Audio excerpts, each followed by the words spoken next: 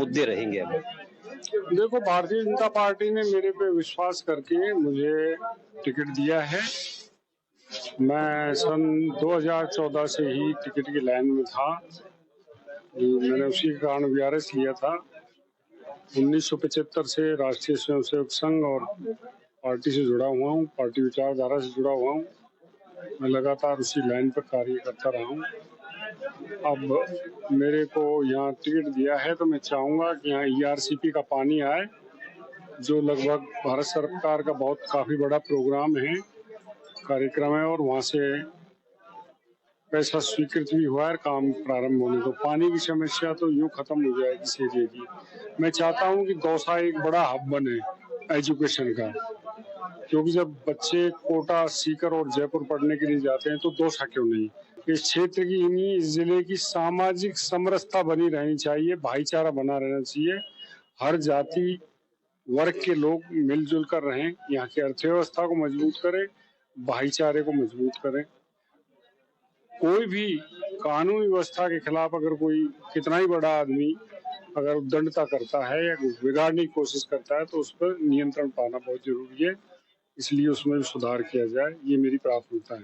कहीं ना कहीं वनवास खत्म होता नजर आ रहा है जगमोहन मीणा का भी, और डॉक्टर प्रोलाल मीणा के जो इस्तीफे का है वो भी कहीं ना कहीं अब उस पर ब्रेक लग गया है। इसको लेकर क्या कहना होगा आपका? नहीं, वनवास तो कायकत है। सच मैंने वीआरएस लिया। वीआरएस लेने के बाद में मैं तो सनातन धर्मी हूँ। तो अलवर जिले में रामगढ़ में एक गौशाला है जिसमें 800-900 गायें हैं। मैं लगातार वहाँ सेवा दे रहा हूँ। बाबा जी जो हैं जिन्होंने गौशाला की स्थापना की, वो 5 साल से विदेश में हैं और उन्हीं को मैं संभाल रहा हूँ गौशाला को। इसलिए मेरी तो वनवास वाली कोई बात नहीं। और रही डॉक्टर साहब की बात, तो उनका इस्तीफा देने का कारण क्या था? उनका इस्तीफा देने का कारण था कि लोकसभा चुनाव में पूर्वी राजस्थान में उन्होंने ये कहा कि मैं लगातार 40-45 साल तक मैंने लोगों की सेवा की है, पर मेरा कहना नहीं माना और उन्होंने भ्रमित होकर वोट कांग्रेस को डाल दिया, जिसकी उनको पीड़ा थी, और उस पीड़ा के कारण उन्होंने इस्तीफा दे दिया।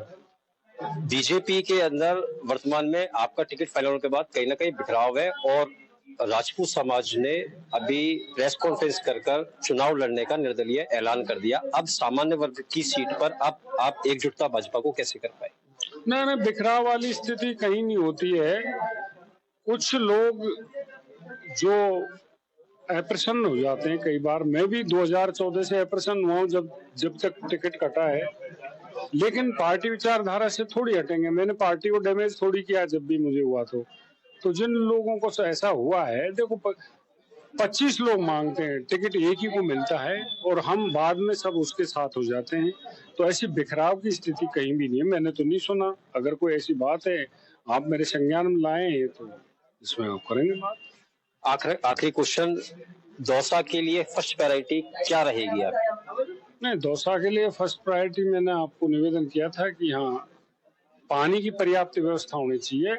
पीने के पानी की शहर में समस्या है, किसान को खेत में समस्या है। जब ईआरसीपी आ जाएगी और पानी की से हमें निजात मिल जाएगी तो अर्थव्यवस्था अपने आप सुधरेगी, लोगों की इनकम बढ़ेगी, जमीन सोना उगलेगी, तो बाकी जो समस्याएं हैं वो धीरे धीरे निस्तारित हो जाती है। लोकसभा के अंदर कांग्रेस ने आरक्षण, छेड़छाड़ और संविधान में संशोधन का मुद्दा लेकर दौसा सीट पर भ्रमित कर चुनाव लड़ा था, ऐसा बीजेपी का कहना है। अब किस तरह से वोट बैंक साधा जाएगा एसटी वर्ग को? नहीं, ये 100% सही है, 100% सही है। कांग्रेस ने ये भ्रम पैदा किया कि संविधान को खत्म किया जा रहा है, तो हम तो 100% आदमी संविधान प्रेमी है यहाँ।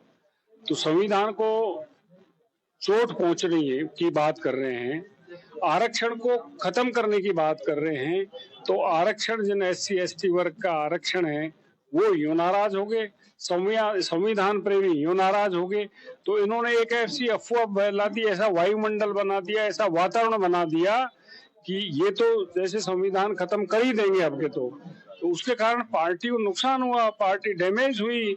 इन्होंने वहम फैलाया, भारतीय जनता पार्टी ने रोकने का प्रयास किया, लेकिन समय कम था, उसको रोक नहीं पाए। तो अब इस पीरियड में वो वॉश आउट हो गया। इस पीरियड में लोगों को पता लग गया कि कांग्रेस ने लोकसभा के चुनाव के टाइम पे हमको भ्रमित किया था संविधान और आरक्षण की आड़ को लेके। तो ये प्रूव भी हो गया, अपने हरियाणा में ठप्पा लगा दिया जनता ने। जगमोहन मीणा को टिकट कहीं किरोड़ी लाल मीणा के दबाव से तो टिकट नहीं दिया भाजपा ने, ऐसा? नहीं नहीं, किरोड़ी लाल जी का किसी तरह का दबाव नहीं था। लोकसभा टिकट के लिए उन्होंने मेरा प्रयास किया था, खूब प्रयास किया था। अब जब विधानसभा टिकट की बात थी तो मैंने उनसे, उन्होंने मेरे को पूछा तुम्हारा लड़ने का मन है? मैंने कहा जी मिल जाएगा तो लड़ लेंगे। तो उन्होंने कहा देखो मैं तो कहूंगा नहीं, प्रयास करूंगा नहीं, तुम खुद सब पार्टी नेताओं को जानते हो, 1975 से तुम इसमें रह रहे हो, काम कर रहे हो, आप जाइए उनसे मिलिए, बात करिए, अपनी बात बताइए कि मैंने इतने वर्षों से रह रहा हूं, मैंने ये काम किए। वो अपना आपकी बात को कंसीडर करेंगे अगर आप पात्र होंगे तो। मैंने अपनी बात रखी, उन्होंने मेरी बात मानी और मुझे टिकट दे दिया।